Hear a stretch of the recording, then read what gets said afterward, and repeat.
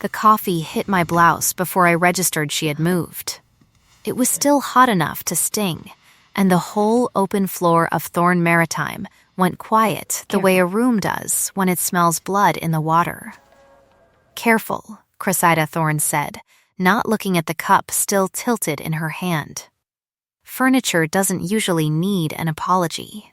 Someone near the printers laughed, then swallowed it fast when her eyes cut sideways. I stood there with brown stains spreading across silk I'd bought secondhand, my badge still swinging from its lanyard, 6 years of my life reduced to a joke about upholstery. The shipment discrepancy she was punishing me for wasn't even mine. Trent had signed off on that manifest. I'd flagged it twice in writing. Nobody had read past the subject line. "My name is Marlo Bishop." I was 28 years old, an Omega, and I had spent 6 years in a windowless records closet at the biggest shipping company on the eastern seaboard, and I had never once, in all that time, been seen by the woman who now stood close enough that I could smell her, black pepper and rain-slicked stone, sharp enough to make my eyes water even through the humiliation. She turned and walked back toward the glass elevators like nothing had happened at all. It hadn't, for her. For me, it was Tuesday. If a story like mine has ever made you feel a little less invisible, that's exactly the kind of thing worth staying around for, so go ahead and subscribe to the channel before we go any further. I didn't cry in the bathroom, because I'd stopped doing that 2 years ago. I changed into the spare shirt I kept in my bottom drawer for exactly this reason, and went back to my desk, and at 9:52 p.m. That night, alone in my apartment with the stain finally soaking in cold water in the sink, my phone lit up the ceiling the way it did most nights. I'll always answer, no matter how late. "You up?"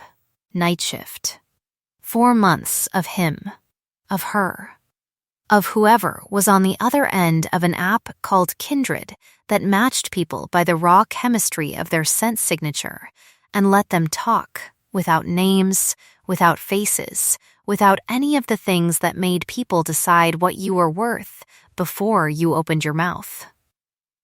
I'd built a whole second life inside those messages. I called myself Field Mouse because that was what I'd been called enough times that I figured I might as well own it before someone else could use it as a weapon again. "Bad day," I typed. "Tell me the worst part first," Night Shift wrote back, the way she always did, like triage. Someone called me furniture. There was a pause, longer than usual. Then, furniture doesn't answer back. "You do. That's the whole difference, and it's not a small one." I read that 4 times before I put the phone down. It shouldn't have mattered that much. It did anyway.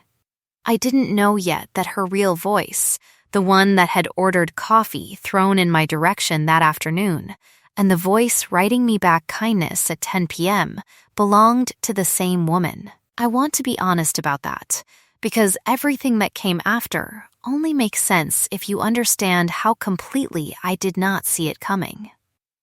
What I did see 3 days later was a memo with my name on it, forwarded from the CEO's office directly, pulling me off records and onto the executive inspection team for the Holloway Shipment Gala. The biggest public audit Thorn Maritime had run in a decade, cameras and board members and foreign buyers all watching. I had 6 years of being nobody. I had 1 week to become somebody in front of all of them, or disappear for good. I want to tell you honestly that I almost said no. Field Mouse had never had anything to lose before. Marlo Bishop was about to. I said yes at 11:04 that night, hands shaking, and Night Shift wrote back within the minute, like she'd been waiting. "Good," she wrote. "The world doesn't get to keep making you smaller. Not on my watch." She had no idea whose watch that actually was. The gala floor smelled like money before it smelled like anything else. Cold champagne, hothouse orchids, the particular emptiness of a room where everyone is pretending not to watch everyone else. I stood at the edge of it in a rented dress that fit like it had opinions, and I watched the hired verification expert Thorn Maritime had flown in from Geneva, open the crate marked pharmaceutical grade, temperature controlled, and declare it clean. It wasn't clean. I knew it wasn't clean from 30 feet away, the way you know rain is coming before the first drop lands. Something under the surface of that crate smelled wrong, a chemical sweetness where there should have been sterile nothing, the ghost note of a solvent used to mask spoilage. I had spent 6 years in a closet learning exactly what real cargo smelled like versus what someone wanted you to believe it smelled like. Nobody had ever asked me to use that for anything that mattered. I stepped forward before I could stop myself. "That shipment's compromised," I said, and my voice didn't shake, which surprised me more than anyone. "The manifest says medical-grade saline solution." It isn't. There's a break in the seal integrity consistent with resealing, and underneath the top layer there's something that's been sitting unrefrigerated for at least 60 hours. The Geneva expert laughed. Cressida Thorn did not. She crossed the floor the way she did everything, like the room owed her the space, and she looked at me, really looked, for the first time in 6 years, and I felt it land somewhere under my sternum, a full-body recognition that had nothing to do with logic. Warm vanilla and green fig. She told me later that scent registered to her like a struck match in a dark room. I only knew that she went very still, and then she ordered the crate reopened in front of the cameras, and I was right, and 40 photographers got a picture of the moment Thorn Maritime's public face turned to a woman she had never bothered to learn the name of, and said, "Who is she?"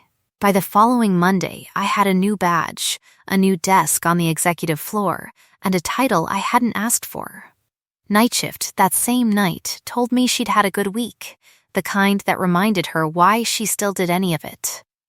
I told her I'd had the best week of my career.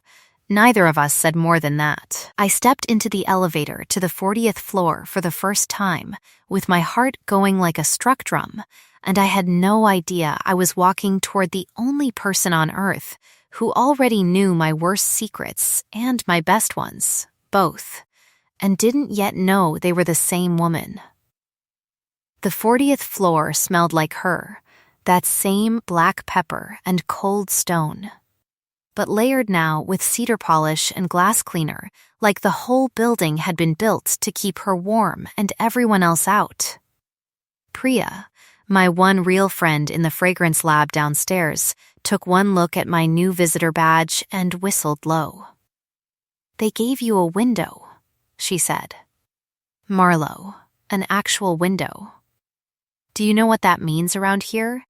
That I'm one mistake away from a very public fall, that you're finally visible, and everyone downstairs is furious about it."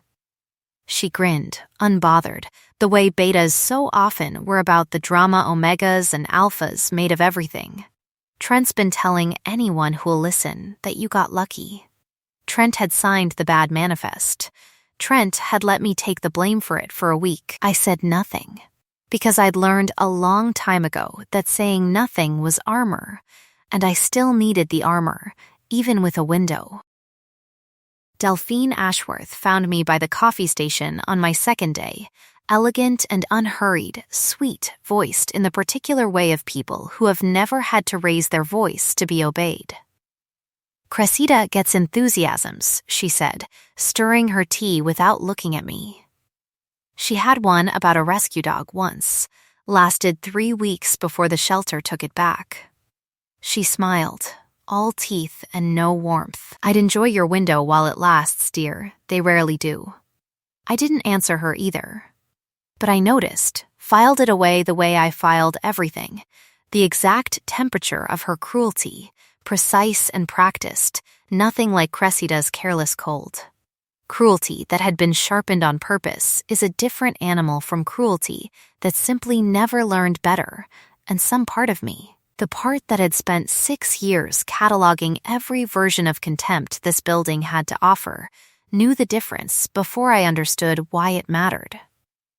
Cressida found me an hour later in the warehouse annex, my hand bleeding from a cargo hook I hadn't seen. And she took it in both of hers, without asking permission, without a word of preamble, and pressed a folded handkerchief against the cut with a steadiness that startled me. "You should have gloves," she said. "I should have looked where I was going." Both things can be true. Her thumb moved once, absent, along the inside of my wrist, and I felt that same struck-match jolt from the gala floor. "You did good work last week. You threw coffee at me 2 weeks ago." Something crossed her face, not quite shame, something older and more tired than that. I know. She didn't apologize. I didn't expect her to. But she wrapped my hand with a gentleness that had no business belonging to a woman the papers called the Iron Rose, and when she finally let go, I noticed the way her sentences trailed off after certainty, daring me to disagree. And something in the back of my skull scratched at a memory it couldn't quite place. Night shift did that too. Word for word, almost, I told myself it was coincidence. People who run empires learn to talk like that. It didn't mean anything. 3 nights later, she asked me, in person, flat and formal, to join her for a midnight manifest reconciliation, the kind of after-hours work that only happened when something had gone wrong enough to need 2 sets of eyes and total discretion. I said yes before I let myself think about the hour, or the tone, or the fact that midnight was exactly when night shift always came online, like clockwork. Like a woman finally free of a day that demanded she be someone else. I didn't let myself finish that thought until I was already standing in her office at 11:58 p.m., watching her phone light up in her blazer pocket at the exact moment mine buzzed in my bag. Both of us reaching for our screens like the two events had nothing to do with each other, like my whole chest wasn't suddenly roaring with a suspicion too enormous to hold. "I'll always answer," the message on my screen read, "no matter how late." I looked up. Cressida was still holding her phone, thumb hovering, face unreadable in the low light. The office door opened before either of us said anything. "Am I interrupting?" Delphine asked, sweet as poison, a folder already tucked under her arm. "Because I have something you both need to see. It concerns Miss Bishop's rather extensive correspondence with a stranger on a matching app that appears to line up, suspiciously, with several leaked cargo timelines." She set the folder on the desk between us like she was laying down a winning hand. I'd hate for anyone to think Thorn Maritime hired a spy. Cressida's face did something I hadn't seen it do before, closed, all at once, a door slamming somewhere behind her eyes. "Investigate it," she said, to Delphine, not to me. Quietly, Cressida, quietly, Marlowe, my name, from her mouth for the first time. And it should have meant something, and instead it landed like a verdict. "Until this clears, you're suspended from the inspection team." "I'm sorry." She didn't sound sorry. She sounded like a woman putting her armor back on piece by piece, and I stood there in the wreckage of a night that had promised something I couldn't name, watching the only person who'd ever really looked at me disappear back behind glass. I went home and opened 4 months of messages instead of sleeping, reading every line Night Shift had ever sent me like scripture, searching for the crack that would tell me I was wrong. Thorn women hold the line alone. I was taught that before I was taught to walk. I remembered Cressida saying almost that exact sentence to a room full of board members 11 days ago, verbatim, down to the rhythm of it. It wasn't proof. It was certainty anyway, the kind that arrives in the body a full beat before the mind agrees to believe it. The fire started in Warehouse 4 at 2:17 in the morning, 4 days into my suspension. And I know the exact time because I was already awake, still holding a badge that no longer opened any doors, when Priya called screaming that the Manifest archive, 6 years of my handwriting, every flagged anomaly I'd ever filed and had ignored, was about to burn. I shouldn't have gone. I went anyway. Some part of me needed those files to survive more than I needed to be safe, because they were the only proof I'd ever mattered here at all. Smoke doesn't announce itself the way movies pretend it does. It just fills a room, patient and total, until breathing becomes a decision instead of a reflex. I found the archive drawer, got my hands on the folder that mattered, and turned to find the exit already swallowed in black. She found me by scent before she found me by sight. I know that because she told me so later, that she'd have known my signature in a burning building full of 100 other people. Warm vanilla and green fig cutting through smoke like a lit window in a dark street. Cressida Thorne came through that door in a suit jacket and bare hands and hauled me into a sealed stairwell office 2 floors up. Sirens already climbing the building below us, and locked the door against smoke that hadn't yet found a way in. We were both coughing, both bleeding somewhere minor, and something in me, pushed past every guard I owned, broke open completely, my suppressants failing under stress the way they sometimes did for omegas, pushed too far past the edge of their own control, a stress flare, not a full heat, but close enough that the room filled with my scent, so fast Cressida's breath caught audibly. "You need to leave," I said, meaning it, terrified of what I might ask for if she stayed. "I'm not going anywhere." Her voice had gone low, rough at the edges, restraint visible in the set of her jaw like a rope pulled taut. "Tell me to stop, and I will. I haven't asked you to do anything. You haven't had to." She didn't move closer. That was the thing I understood, even through the haze. She wanted to. Every line of her body wanted to, and she stood there anyway, hands fisted at her sides, giving me the choice she'd never given me anything close to before. "Marlo, tell me to stop." I didn't say anything at all, which was its own kind of answer, and for one suspended second, before the rescue team's radio crackled through the wall, her hand came up to brace against my jaw, gentle as an apology, and she breathed me in like a woman finally allowed to stop pretending she didn't need anything. The door opened. The moment ended, but something in her eyes, right before the firefighters pulled us apart, looked like a woman standing at the edge of a memory she wasn't ready to name. She took me to her apartment afterward, not the tower, a small, unshowy place with mismatched mugs and one framed photograph of a woman with Cressida's exact jaw, and she bandaged my hands herself, badly, swearing under her breath at the gauze. "You're doing that wrong," I said. "I'm aware." She didn't look up. I've never had reason to be good at this. I told her, finally, about the internship that I'd started at Thorn Maritime at 19, in records, and filed an anomaly report about a shipment manifest the week her mother died, and that the report had vanished. And that 6 years of being quietly punished for something I couldn't name had followed close behind it. Her hands stopped moving. "I don't remember you," she said, and it wasn't cruelty, it was grief, raw and unrehearsed. "I don't remember anything from that year. My mother died in March. I don't remember April at all." Delphine handled personnel. Delphine handled everything. She said it slow, like tasting something gone bad.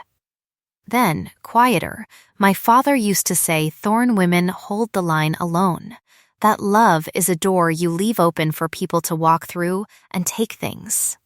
I believed him for 15 years. Do you still? She looked at me for a long moment.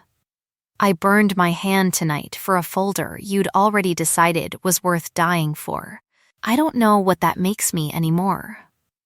I asked her, before I could stop myself, if she had anything sweet in the apartment, because my mother used to make fig toast when things went badly, and I hadn't had it since she passed. Cressida burned the first slice completely, swore with real feeling, and produced a second one competent enough that I laughed for the first time in 11 days. That was terrible, I told her. I run a maritime empire, she said, deadpan, buttering the third slice with the focus of a woman diffusing something explosive. I was never promised toast. When she kissed me, it was slow, asking permission with the pause before it more than with words, and I said yes with my whole chest, and for 1 full hour neither of us was anyone the world had a name for. Odette Reyes found us at dawn, breathless, her face already wrong. Delphine's called an emergency board session, she said. Tonight, termination vote, Marlowe, on grounds of corporate espionage. And there's a press leak. Someone selling a story that the Thorn Heiress has been carrying on an anonymous online relationship with an employee for months. Her eyes moved between us, understanding landing visibly. They're calling it a catfishing scandal, Cressida. They're calling her a con. The gala floor that night was worse than the first one, because this time I knew exactly what it would cost me to stand in it. Delphine took the podium before Cressida could reach one, folder in hand, chat logs printed and highlighted and stripped of every context that made them mean anything real. Field Mouse, she read aloud, savoring it, told your CEO she'd never felt truly seen before. How convenient that the same week she engineered her way onto the executive floor. She turned to the room, to the cameras, to Cressida standing frozen at the edge of it all. This woman has been managing you for months, Cressida, manufacturing intimacy for access. I'm so sorry you had to learn it like this. I watched Cressida's face do the thing I feared most, not confusion, not disbelief, but the door closing, all the warmth of the last 12 hours sealing itself away behind glass and iron. Is it true, she asked me, in front of everyone, that you knew, that you've known for months who I was, and you let me keep talking? I didn't know until 4 days ago, security. Her voice had gone flat, imperial, the voice from 6 years of being furniture. Escort Miss Bishop from the building. Effective, immediately. I didn't fight it. There was nothing left to fight with. I stood outside on the wet pavement afterward with my badge in an envelope and my phone in my hand, and for the first time in 4 months, I typed a message to Night Shift and watched it sit there, unanswered, unread.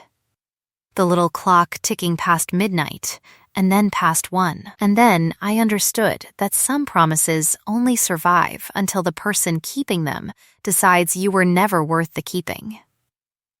I didn't sleep that night.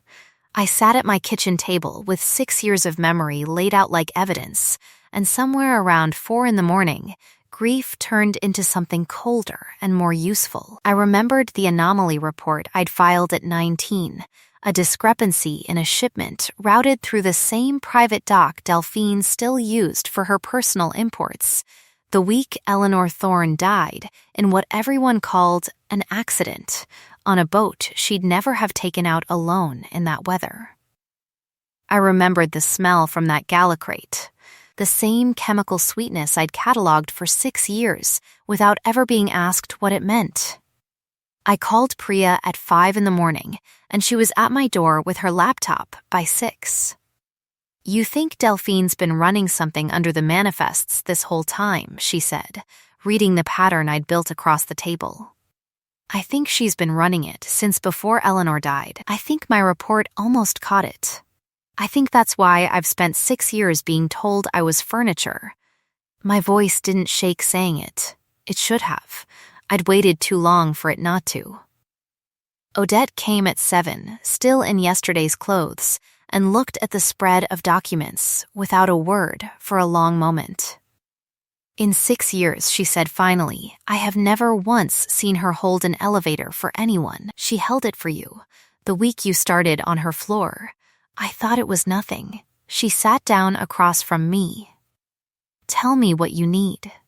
What I needed was the private doc manifests going back 8 years, cross-referenced against Delphine's personal shipping accounts, and a scent analysis of 3 sealed evidence crates from cold storage that Odette, to her credit, didn't ask a single question about before signing off on. It took 11 hours. It confirmed everything. A smuggling operation running under legitimate cargo for the better part of a decade.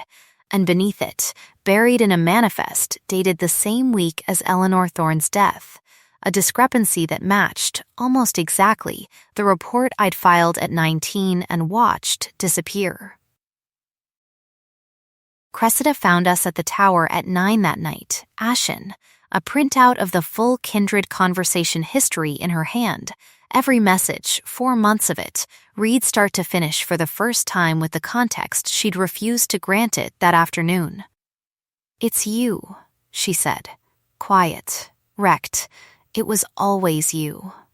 I read 4 months of the truest things anyone's ever said to me, and I threw them away in a room full of cameras because Delphine handed me a story I wanted to believe less than I wanted to believe in you, and there isn't time, I said, and meant it gently. "Delphine's finishing the takeover vote tonight. And I think she killed your mother to start it." We found Delphine in the private dock warehouse at 11, shredding 8 years of ledgers by hand, and when she saw us, she didn't bother denying anything, just smiled that same sweet, terrible smile. "Eleanor was going to audit the docks herself that spring," she said, almost fond, the way you'd describe an old inconvenience. "She was always so thorough. Boats are dangerous in a storm, though. Everyone knows that." She looked at me. "And you were a persistent little thing at 19. Easier to bury a girl nobody would miss than a fortune, don't you think?" She lunged for the loading bay controls before either of us moved, and a suspended cargo pallet swung loose overhead, breaking free straight toward where I stood. Cressida shoved me clear and took the glancing edge of it herself, a crack of impact that dropped her to one knee, blood already dark against her shirt. I got to her before I got to anything else. Delphine was still there, cornered now by Odette and the security team flooding in behind her, and Cressida, blood-soaked and furious, rose like she meant to end this with her bare hands. "Don't," I said, catching her wrist. "She's not worth becoming her judge and her executioner both. Let the law have her. Let everyone watch her lose it in daylight instead." Cressida looked at me for a long moment, breathing hard, and then, slowly, she let her hand fall. The board convened at noon 2 days later, in the same room where Delphine had once read my private messages aloud like a verdict. This time, the folder on the table was mine. 8 years of falsified manifests, the private dock accounts, the buried anomaly report with my 19-year-old handwriting on it, and a scent analysis matching residue from Delphine's warehouse to the crate that had killed Eleanor Thorne's credibility a decade before it killed her. Delphine was arrested before the vote could finish, led out past the same people who had once laughed at coffee on my blouse, none of them laughing now. Trent was gone by the end of the week, quietly, his signature on falsified sign-offs finally traced and made public. Cressida didn't fire him herself. She let the truth do it, and stood in front of the whole company 2 days later and did something I don't think the Iron Rose had ever done in public before. "I owe this room an apology," she said, "and I owe one person in it more than the rest of you combined." She found me in the crowd, unhurried, sure, I called her furniture once, in front of all of you, because I'd been taught that love was a door you leave open for people to rob you through, and it was easier to believe that than to believe someone might just want to stay. She is the smartest, bravest, most relentlessly honest person I have ever known, online or in daylight, and they were never two different women. They were always just her. I was the one too afraid to look properly until she'd already saved my life twice. Odette, from the back of the room, said only "about time," and the whole floor laughed, warm instead of cruel for once. Cressida crossed the room and asked me, in front of everyone, quiet enough that only I could hear it, tell me to stop. and I will. I didn't. That night, in the small, unshowy apartment with the one framed photograph, she asked me with her whole body and her whole voice, over and over, and I said yes to every question, and when her teeth finally found the mark at my throat, it was slow and asked for, and it didn't feel like being claimed so much as it felt like finally being found. The bond settled into me like a held breath finally released, warm vanilla and green fig folding into black pepper and rain-slicked stone until neither of us could tell where one signature ended and the other began. A year later, almost to the day, she knelt in the snow outside a lake house 2 hours from the city, the mountains I'd told night shift, months before I knew her name, that I'd never once seen, and opened a small box holding a pendant made from my father's compass, restored, the needle still swinging true after all these years. "I'll always answer," she said, "no matter how late. I just want the right to say it as a promise now instead of a habit." We married in early spring, small, no press, Odette standing up as her second, and Priya standing up as mine. And the vows we wrote were short because neither of us had ever needed many words to mean something enormous. Delphine's trial ended the same season, decades of falsified accounts and one buried anomaly report finally read into the record in full. She will not see daylight again for a very long time. Trent never worked in shipping again. The company that once called me furniture now trains its incoming interns on a fraud detection protocol that bears my name, quietly, in the footnotes, the way the truest kind of vindication so often arrives, not loud, just permanent. We adopted a small orange cat that first winter and named her Nutmeg, after the spice jar Cressida remembered me mentioning once, months before either of us knew who the other really was. Some mornings, when I wake before her, I find a note on the kitchen counter in her handwriting instead of a message on a screen. Because we retired the old burner phone the week we married, tucked now in a drawer we never open, its purpose fully served. This morning's note says only, "I'm here." No matter how late. Outside the window, the first real snow of the year is falling gold in the early light, and Cressida is asleep beside me with one hand curled loose around my wrist, like even unconscious she is still keeping watch. I spent 6 years being furniture in a room full of people who never thought to look twice. It turns out the version of me worth loving was never a costume I put on for a stranger at midnight. She was only ever the truest thing I had, waiting for someone patient enough to notice her in daylight. The end. If watching two women finally see each other clearly hit you somewhere real, that's exactly why this channel exists, so take a second to subscribe before you go. I'd love to know in the comments, at what point in this one did you first suspect Night Shift's real identity? The coffee-stained hook or somewhere later? Come back soon, because there's another story waiting, and it's already found its way to me, the way this one found its way to you.